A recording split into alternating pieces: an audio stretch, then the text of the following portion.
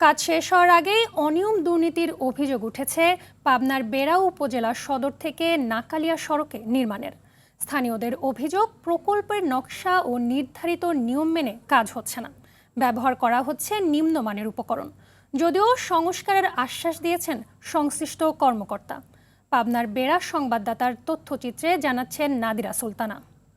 AKS অর্জন করল Guinness world records. AKS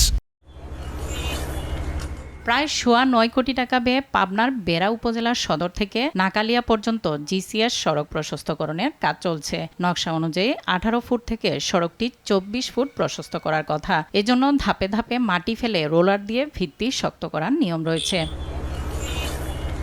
কিন্তু মাটির পরিবর্তে সড়কের উভয় পাশের ঢালে বালু ব্যবহার করা হয়েছে। কোথাও আবার বালুর উপর হালকা মাটি দিয়ে ঢেকে দেওয়া হয়েছে। এতে সামান্য বৃষ্টিতেই গর্তের সৃষ্টি হয়েছে। স্থানীয়দের অভিযোগ, নির্দেশনা অনুযায়ী নির্মাণ কাজ না করে ফাঁকি দেওয়া হয়েছে। এতে কোটি কোটি টাকা ব্যয়ে নির্মাণাধীন সড়কটির স্থায়িত্ব নিয়ে প্রশ্ন উঠছে। সাইডে মনে করেন মাটি নাই, আর মাটি না থাকলে পরে বৃষ্টি বাদলের দিন একটু তো ভাঙাটাই স্বাভাবিক।